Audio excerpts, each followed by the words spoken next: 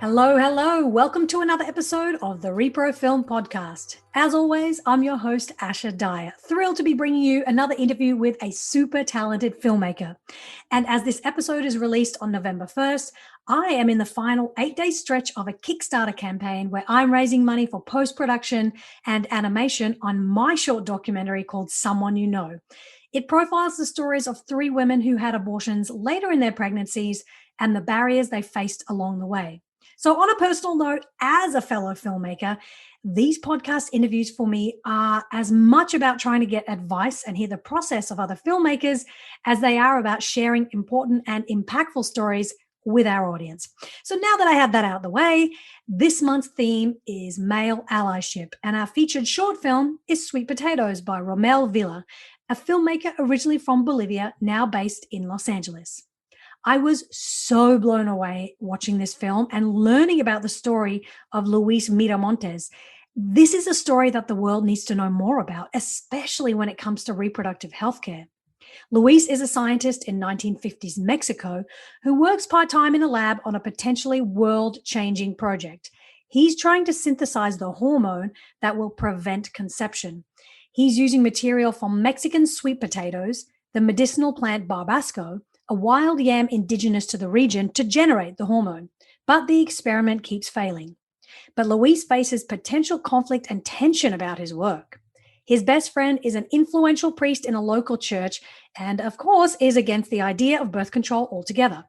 And his wife wants to have a large family, though Luis is apprehensive due to unresolved grief over a miscarriage and the pressures of providing for such a large family. Due to his fears, he tells no one about his scientific quest. He's constantly sitting in the struggle with his wife, his family, his faith, and his community, which you'll see in the film. Written and directed by Rommel Villa, this short historical drama tells an expansive, moving, and unusually emotionally intimate story of a scientific hero and inventor. Luis also became the first Mexican to be included in the USA Inventors Hall of Fame. Everything Rommel shared with me about his journey as a filmmaker, what it means to present such a complex and dynamic story of an inspirational Latino figure, and his personal perspective on joining the fight for reproductive justice was nothing short of inspiring. I truly love this conversation. And at a point in our country's history where not just abortion, but potentially birth control and other means of reproductive healthcare are in jeopardy, films like this are more important than ever, so I hope you enjoy this conversation.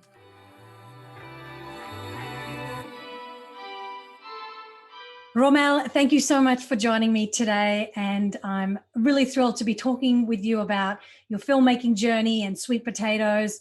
But I'd love to start off finding out, when did you first learn about the story of Luis Miramontes and then decide to make a short film about his work and his story? First of all, thank you so much for having me.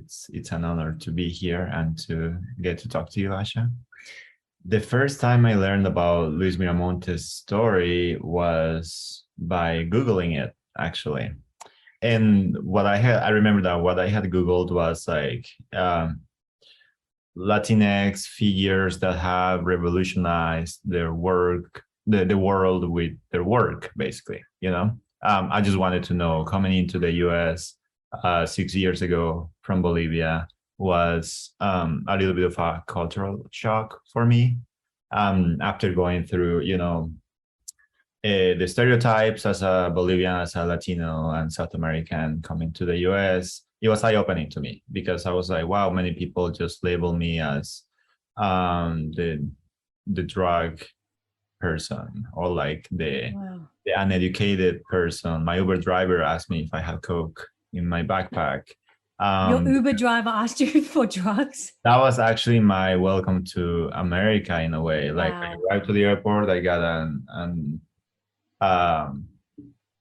a taxi, let's call it, and the driver we were just chatting, and then he was like, where are you coming from? And I was like, oh, I'm from Bolivia. He was like, oh, you're Bolivian, so do you have drug in your backpack? Do you have some Coke for me? Like, oh my gosh. He tried to make, I guess, jokes out of it, and I did laugh, and I was like, I guess he's joking, but that was just one of many examples of how I realized I was being perceived, whether it is jokingly or not, So I thought like, wow, are Latinos really seen this way, by certain people? And it was eye-opening, it was disappointing, it was probably the biggest adjustment that I had to go through, that like coming in here, I was no longer back in Bolivia. I'm just me, I'm not the Bolivian, I'm not the Latino, I'm not the one with the dark skin or, but here I started getting all these labels. I felt like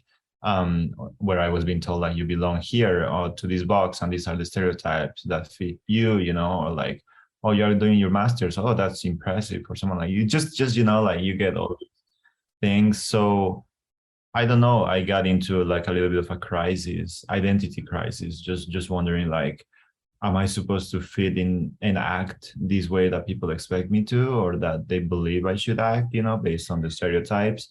But there have to be like real examples of Latinos, Latinas, Latinx people in the world that have made a change that we are not aware of, that are perfect examples of us going beyond the stereotypes that are out there. So that's when my whole open Google and look for it, like search and learning and self-educating began, and I read many stories from many important figures in the like Latinx culture. And when I read Luis Miramontes' story and the work that he had done by helping develop the birth control pill, it was just fascinating to me. It was fascinating to hear his background. It was fascinating to hear that he was Latino. I will be the first person to admit that if you had asked me like many years ago, like, do you know who invented or who are the parents of like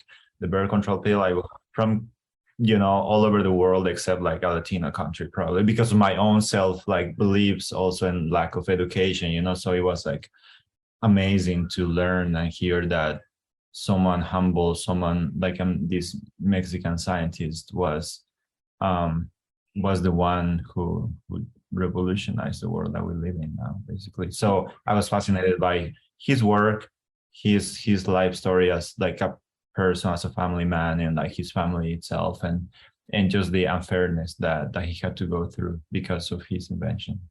I love that story of you using the way that you were perceived when you came to the United States and, these stereotypes. And first of all, I'm sorry that you ended up going through that. I know a lot of immigrants have to deal with those stereotypes. But as a filmmaker, it's really powerful that you were able to use that as a driving force to make something, to educate even more people about dismantling stereotypes and, preconceived notions about people. So that's really wonderful. I love that. And I mean, there's some parallels with Luis's story because there are so many aspects of his story that show what a complex person he was and how you really can't ever stereotype anyone. Can you talk about the fact that he was a scientist and a strong person of strong faith, and what that juxtaposition might mean in Latino families especially?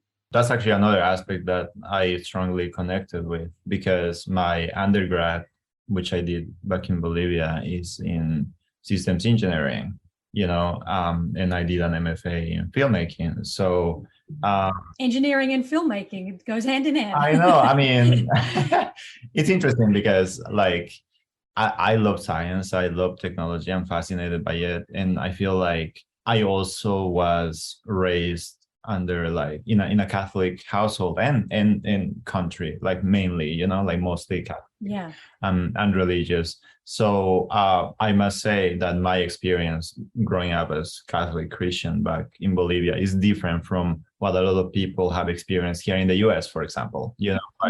So I went to like a Catholic school, but to me, it felt very progressive to be there actually, because yes, there are a lot of rules and like faith is very important, going to church is very important.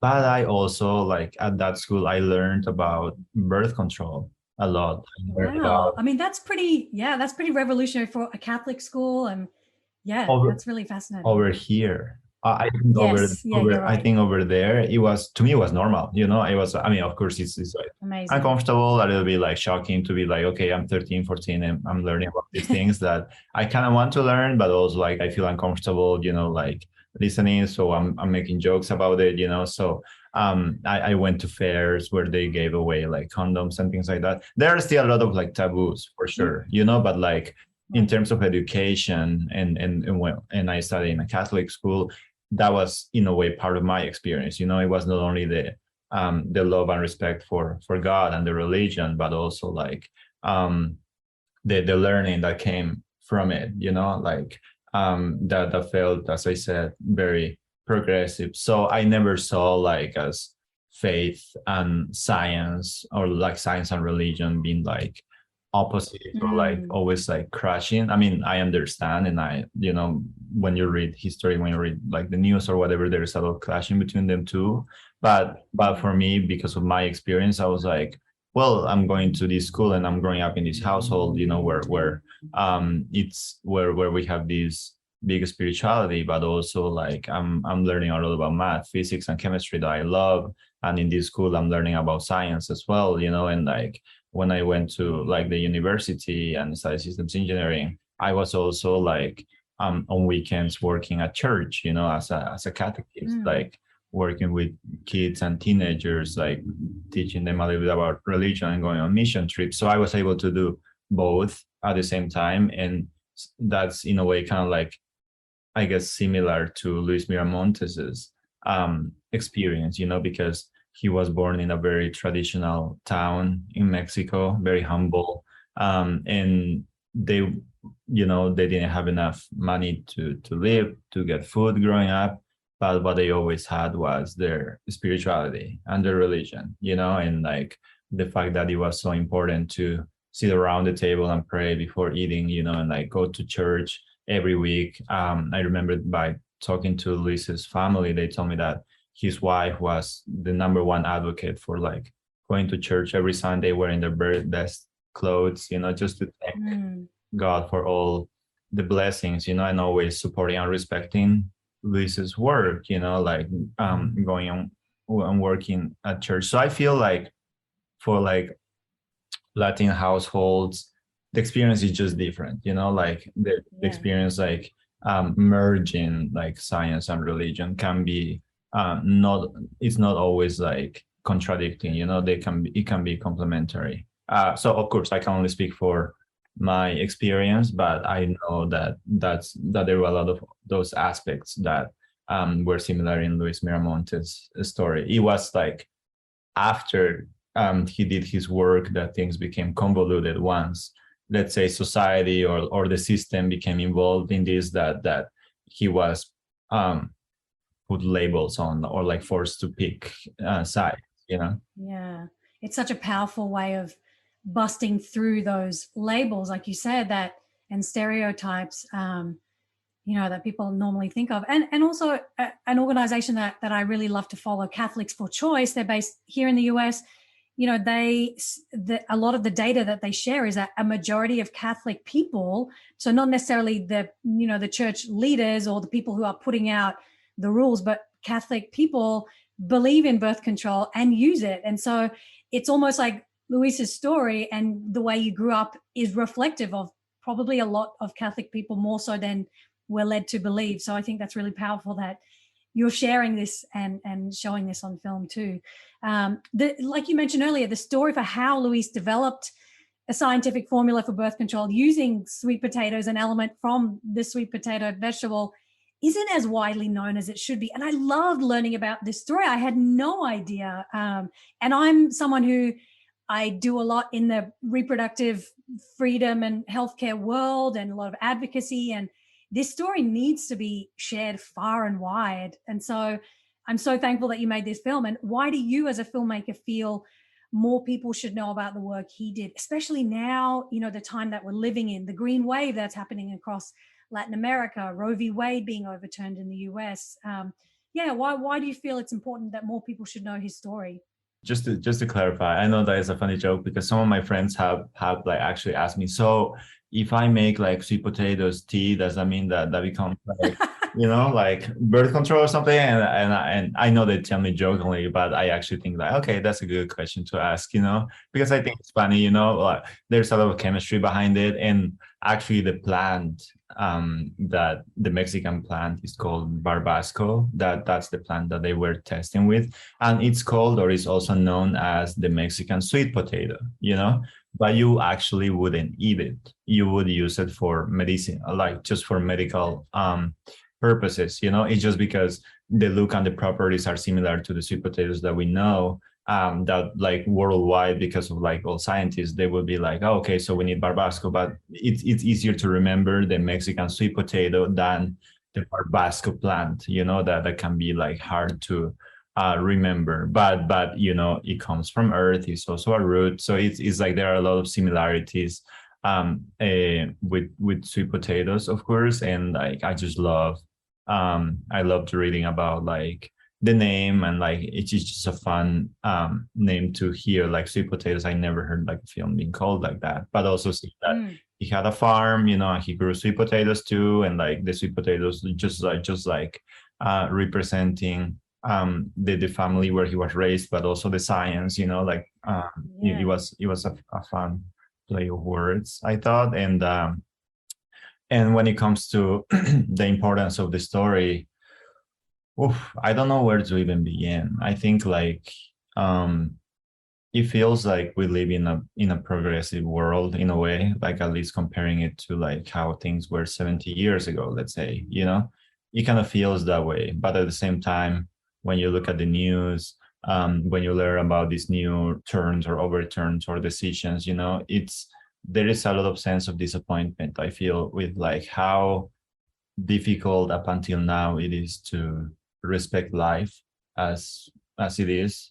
As a man, I can say that like I don't know what it feels like to be told like you don't have the right to do this with your body, even though it is your body, and it should be your decision. I was actually reading that because of the turns now, they overturn that the more vasectomies are like being encouraged as like free and like welcoming for men, and I'm like, I mean, I guess it's good to have that option, but it's also like, it's interesting how easy it is to provide services, free services for men, and to even encourage them to take care of their sexual health and stuff. But when it comes to rights for women, there is always this sense of like, we have to make the decision for you, and I'm like, why, why? And I'm not saying that the reasoning is completely out of this world, but at the end of the day, it comes down to my body, my decision, I feel like, and but there should be, of course, there should be education coming with that. There should be respect coming with that. There should be, I feel like, psychological support coming with that, like with freedom, there comes responsibility. We grow to learn, so I feel like it's important, to have rights, but also to have education and a responsibility to take care and protect our bodies, for sure, but it's all about like respect for our own lives. And I feel like Sweet Potatoes is a story that embodied that in a way. It was a story about these scientists developing this very controversial chemical, which led to the birth control pill that revolutionized the world, but in good and bad ways, because I mean, church was only like one of the many institutions that were fully against it, and there is a scene in the film that I remember where Lily and Luis are having a little bit of a disagreement, and I'm spoiling a little bit of the story, but she spoiler alert. but she tells him something like, like, you've been working in all of this, and like you haven't told me about it. Like, don't you care about what my opinion is into all of this? I'm the one taking the pill, like it's just a little part of the overall story, but I personally thought that was such a powerful and interesting line, because it just speaks to how so many decisions are made without asking the people that will be affected by this decision, without taking into consideration the right people's feelings, the target audience, so I feel like the film gives out that message of like it is important to, despite the controversy of things, to do what is right, to do what is proper, to do what is best to improve the quality of life. Luis Miramontes did this because there was a big fear of him, of course, for personal reasons, but there was also a big fear of like overpopulation, for example. Like his children told me that he would have nightmares about like, like the world keeps like multiplying and multiplying and multiplying, and overpopulation, which leads to global warming and to many more issues, and poverty, etc., etc. So what can be done, in order to like help contain that? That is not like telling people you do not get to have sex, like what are the solutions that can be applied, So I think just is such a topical story that even though it happened like in the 50s, it applies to now 100%. So I think like for people, it wouldn't only be like a chance to educate themselves on like, like a little part, like fictional, representation of what story was back then, but also like to remember and realize that the fight continues, that the learning and the growing continues, and that it happened back then and in a different way, but similar in a kind of ironic way, it continues happening. And that people like him, like his family, are a clear example of like things get difficult, but a change can be made. Yeah, I love what you said about all of that. Was just really beautifully said about, who has the right to have a say over their body. And there isn't the same focus on, men's bodies as there are women's. And even that juxtaposition of Luis trying to revolutionize decisions for women all across the world, but yet he didn't ask his own wife her opinion. That's a really poignant moment in the film. And I hope, and I'm excited for everyone to watch that when they watch the film this month. Speaking of the Miramontes family, how closely did you work with them? What was the process of getting to know them and gaining their trust to share this very personal story? I think like when I read a story that really hits deep and that I really want to make it happen, I do whatever I can within my power to like reach out to the people that will help me bring the story to life. When I read the story of Luis Miramontes, I was like, first of all, if you Google it, there is only so much you can find. Like paragraphs, you can find like 2-3 paragraphs of what he did, but then he will talk to you about the company that he worked on and the people that actually got the money, and I guess all the popularity and fame. But when it comes to him, it's like, oh yeah, he only synthesized this little thing and got $10 out of it, like. So I didn't have enough information, so I thought like I need to reach out to his family. So thankfully social media is there, and like I was able to reach out to a few of his children. The first one, he's called Octavio Miramontes, and he's also a scientist actually. He teaches at the UNAM, at the University in Mexico. He was definitely inspired by his dad's work, like that kind of like inspired him to pursue a similar career in science, and he respects his legacy, and he wanted to make sure that his father's work continued, and that people will learn more and more about like who he was. So I was lucky enough to reach out to him and to like get a response from him mainly. And he was the first person that I talked to, Octavio. And we had like countless video calls where we would just talk about how his life was as a child, how his father's life was. I wanted to know more about the humanity behind, his dad. I wanted to know what kind of person he was. So I learned that he was, very introverted, very soft-spoken, that he would keep his thoughts to himself, or that he would write them down, that he was very into nature, also that he loved fishing, just like a very like countryside oriented person, even though he was working in the city. So I love that. contrast, like somebody gets to work in the city, but they prefer going like to the outskirts to live in their small, humble house. And I learned that his wife, Lilia, or Octavio's mom, Lilia, that she was a very that she had a very strong character, that she was in a way like she was the woman of the house, like in charge of like the matriarch. Pretty much, like she would make the big decisions, like she would organize the money, in like good ways, because they had to send money to Luis's family, to his mother, to his grandmother, like because there was a lot of like responsibilities to be taken care of. So she was the one, like, that would put order in the house, basically, and they described to me that Lilia was very progressive for her own time also, which got her into trouble many times, that they would consider her as like a feminist,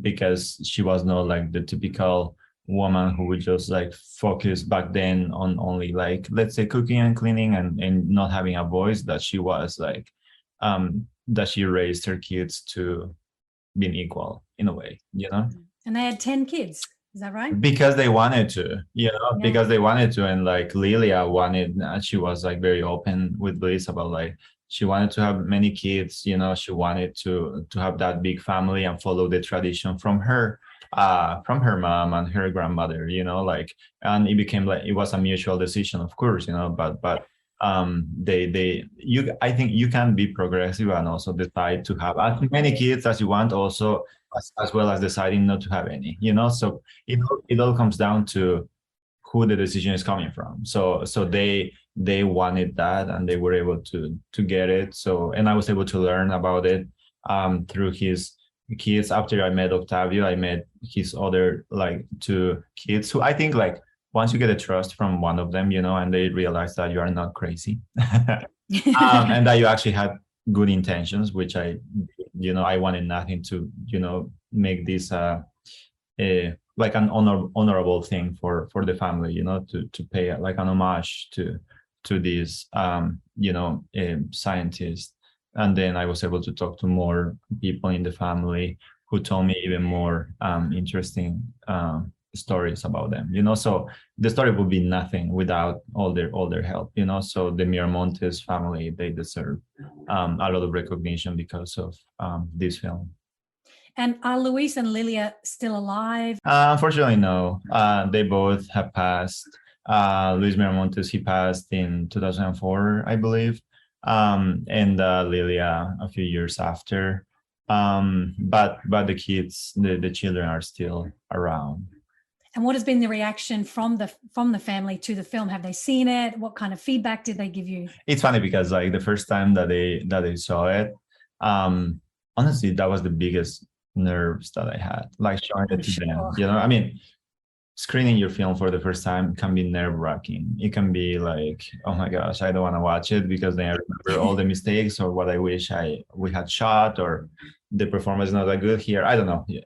There's a lot of like imposter syndrome going on in those first screenings, but I wasn't nearly as nervous as I was when I sent it to the family, but I will say I only got one note from them, and the note was that their father was not as short as the man that we see in the movie. They were like, my dad was like 6 feet tall, or even like taller, and the Luis that we see in Sweet Potatoes is not as tall, but that was the only comment that I got, like, because in terms of notes, like, and it wasn't even like a critique. It was just like, oh, we realized this, FYI. Yeah.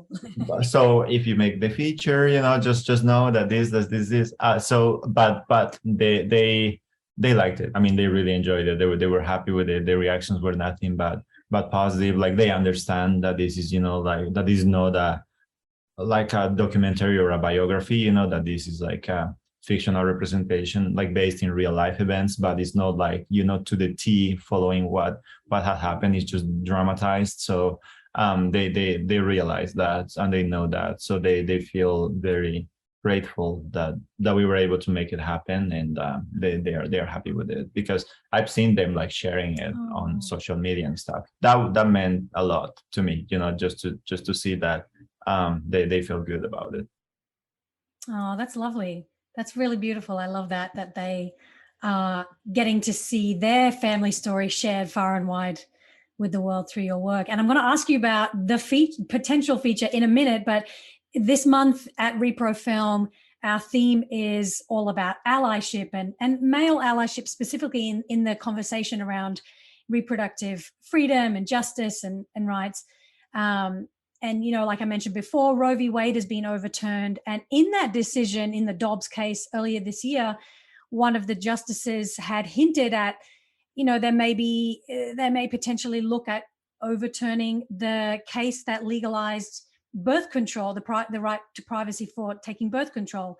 And so that, is really has a lot of people shook. And so I want to ask you, as a filmmaker, as a man, and as an ally to this issue now, because of making this film and learning about, what it means to have access to birth control.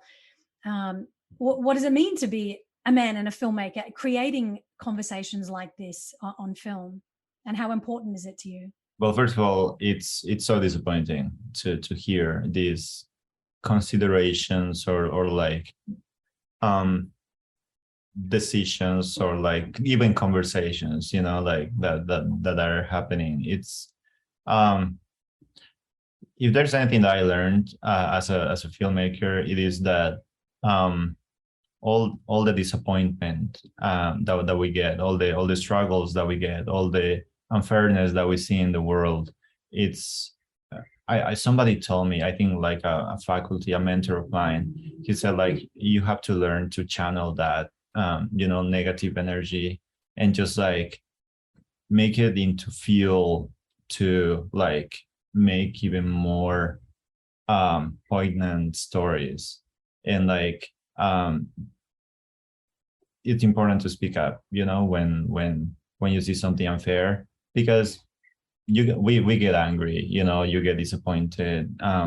You can complain about it, you can cry about it, you can scream about it, or you can take action, and my way of dealing with it is just by supporting stories like Sweet Potatoes, by encouraging and helping fellow filmmakers and others to just continuing telling stories that show and prove why it is important to keep these services available, why it is important to respect life. So if anything, it just adds more fuel to the fire of, I feel like, the kind of filmmaking that I want to do, that is the one that respects life and that supports life and that calls out unfairness, like in order to take action. So I think there's a lot of responsibility that comes from it.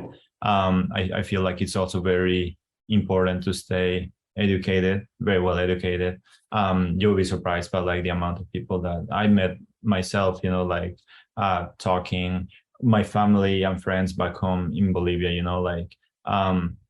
there are issues that I feel like, a lot of it takes place here in the US, but I feel like it's important to continue on the conversations with your network, and in my case, my network is I have a lot of friends and family back home who I would love to talk about these issues, because abortion is illegal in Bolivia, but I feel like educating oneself in like the things that are happening in the world is just an important way to lead to progress and eventually to take action, so that's another thing that I do, is just to talk to my family and friends back home about the issues here and how they affect people, how they affect me, how they affect like those people around me, and I just feel like being educated and taking action after being educated is just like the number one thing, I feel. Yeah, absolutely. And you mentioned when you first moved to the US, this interaction with this taxi driver made you think about your identity and, these stereotypes of Latino people. How do you feel about your identity now after making this film and seeing this inspiring story and the reaction to it from people all over the world? Well, I feel more it's an adjustment, and I think that it still happens, I'll give you a clear example with sweet potatoes. When I finished it, and I showed it to one of my dear friends, who I wanted him to color the film. He's a colorist, and like some people from his work, they watched the film before our meeting, and when we met, they told me like, wow, we watched like your film, and we are so surprised that you were able to pull it off, Whoa. and these had been people that I knew before. I had worked on before in like previous short films that I had made, Right. and Wow. I was like, I guess this is a compliment, but also they're telling me that they are surprised that I was able to They pull underestimated this you. off. Yeah. So, but and sometimes you think and wonder, if I didn't have an accent, would I have gotten a different response if I had been born here, or if my skin color was different, or if they're just the what ifs, like, because it's a comment is made for a reason. I feel like, in many cases there can be a lot of ignorance happening. There can be like legitimate reasons, like for it, or just stereotypes, or a combination of all, but there is a reason for things, I feel like. And I thought about like, why would they say something like that is so passive aggressive, I guess, and this was not very recent, like a couple of years ago. And so my point is, like, it still happens, I feel like it still happens, getting these comments or treatment where people are just surprised that someone like me, just to say that someone like me can do certain things, or maybe I don't fit into what some people would think I would fit. I still don't know. I still wonder, like, what is that make people make those kind of comments, or treat me and many friends of mine the way they do, so it is still an adjustment.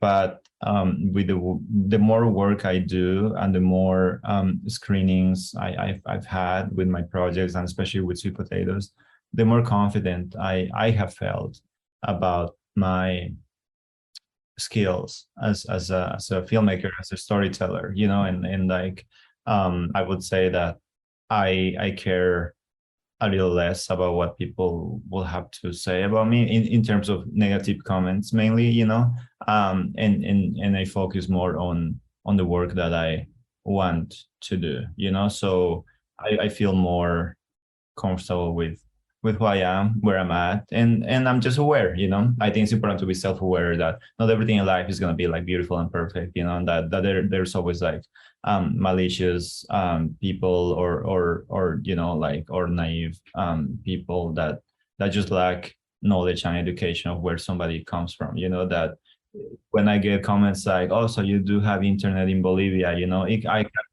which I have gotten Oh my that. God. Oh my And God. I remember one friend of mine told me, like, when we went on a hike, they were like, I'm gonna follow Rommel's lead because he must be an expert in hiking, he said. So, it is comments.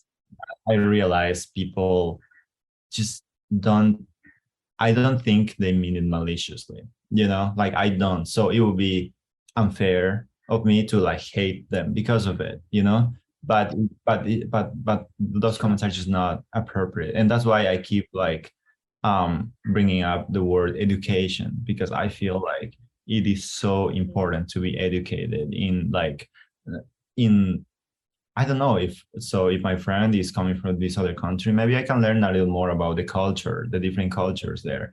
And it's also Los Angeles, and there are people from all over the world here, So I don't know, I feel like we assume, or we stereotype so much without knowing, and that we can make hurtful comments to people that we care for, and it's just important to be educated and respect people's backgrounds before trying to make any sort of comments that can be taken in the wrong way, so, and I had many of those with my own friends, and I didn't know how to react. But I feel like calling things out when they are wrong, letting people know when they are mistaken, but in a respectful way, and then like making decisions based on how people react is it's important, like I've learned that I don't need like people's validation or love constantly to like do what I do, so to those that make negative comments about me, because now it's become more than only my background as a South American filmmaker. I'm queer, so there can be a lot of comments or stereotypes or mistreatment because of that, So I don't know. I feel like the older you get, the more you appreciate things and realize like that it's okay to choose who you want to be surrounded by, so I feel better, but the stereotypes and the comments and things that they just keep happening. And I think it's important to learn to live with it, but also to take action whenever it's necessary. And your work clearly speaks for itself, and you're very gracious in the way you've responded to those situations. So thank you for sharing that.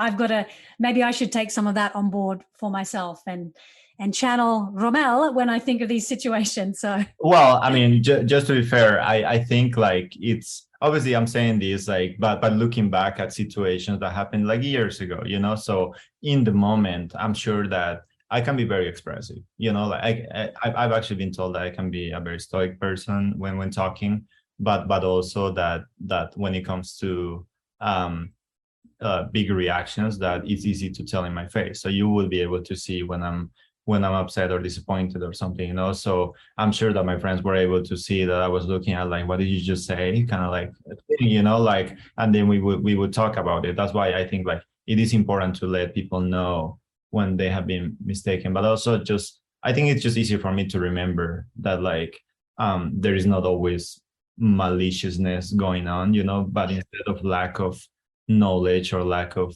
education because of where I come from, because when I came here, I was highly uneducated, and I still am when it comes to like American lifestyle, culture, politics, etc., etc. There's so much that I have to learn, and there have been people that have been nothing but respectful and supportive of the fact that I wasn't born here, I wasn't raised here, but I have to respect and stick to how things are here, in terms of law and stuff, and learn to speak up, so there's a lot of learning that I've had to do. So that's why I see people that can be malicious to me, especially if they are friends. If they are not, then who cares? They can just go do their own thing. But I don't know. I think it's good to give people the benefit of the doubt, but to learn to call out things that are not fair. Yeah, absolutely. Well, the big question of the day, I guess, or the interview is there a feature in the works for Sweet Potatoes, and what can you tell us about that potential opportunity? So there are two routes that I've taken with Sweet Potatoes. They are both still kind of like in development, nothing in production yet. So Sweet Potatoes is a 30-minute short film. It's in between, right? Like it's not short, but it's not long. So after I finished it, and I knew and I know that there is so much more story to tell, like there is the what happens after, there is the what happens before, so I was like, can there be a feature? 100%. I have a treatment for it, but just to be fair and completely honest, it all comes down to the budget, because like and the funding, because funding a historical film that takes place in the 50s in Mexico City is not a low budget, and I don't think it should be. Like it deserves to be like the Imitation Game, like Hidden Figures, like those big movies that have had these big budgets to showcase these historical figures that are so important. So that excites me. That there could be a chance of making a feature out of this huge important story, and it will be probably one of the first like Latino focused stories on like based on real life events and on this like huge invention, and the family. So I would love to make it happen. It's been difficult to find funding or people interested in funding the feature. So the talks, the meetings, they continue, but as of now, I have a treatment and I would love to make it happen. But the other side of it is that with making sweet potatoes, me and my producer, Andrea Porras, we realized that this is just like one chapter of so many like Latinx figures that have made significant change in the world with the work that they have done, not only scientists, but, like poets, mathematicians, et cetera, and so we have a list of like figures, like minorities, and the work that they have done that revolutionized the world.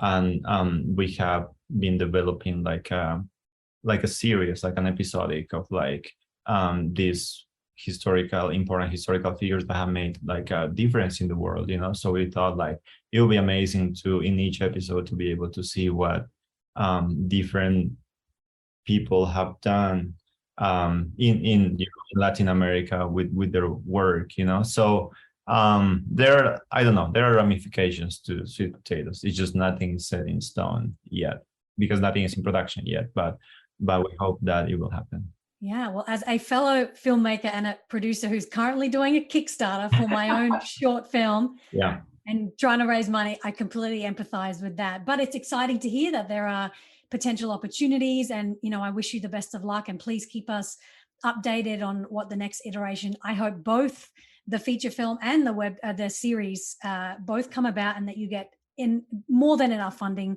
for both, because I think those would be really, really wonderful to share. How can listeners stay in touch with you, learn more about your work, and follow what you do next? On Facebook and Instagram, I'm with like Rommel, ROMMELVB, for both Facebook and Instagram. And I also have a website that is rommelvillafilms.com. So you can find news about me there, or Facebook or Instagram. It's also my name is not very common, so if you Google it, you can find like my website and social media. I'm under Rommel Villa, so I'm always happy to connect with more people. Well, we will put all those links in the show notes, and I'm excited for people to watch Sweet Potatoes this month and learn more about your work and Luis Miramontes and the work that he did to change the world, revolutionize the world and people's lives and bodies. So, Rommel, thank you so much for chatting with me today. It's been a pleasure. Thank you, Asha. Please do yourself a favor and run, don't walk, to watch Sweet Potatoes during the month of November by heading to reprofilm.org. If you haven't already, subscribe to our monthly newsletter, where you will get each episode of the pod straight to your inbox. Be sure to follow Rommel on Instagram and Twitter, and see more of his work at his website, rommelvillafilms.com. The Repro Film podcast is executive produced by Mama Film, hosted and produced by me, Asha Dahya, edited by Kylie Brown, with original music by Paris Jane and Maurice Anthony. The periodical is programmed by Neha Aziz and written by Emily Christensen. Alex Scambardi is our social media manager, and Rebecca Sosa is our distribution and impact strategist. You can find us on social media at ReproFilm on Instagram and Facebook, and at ReproFilmFest on Twitter. I look forward to bringing you our next conversation next month. Bye for now.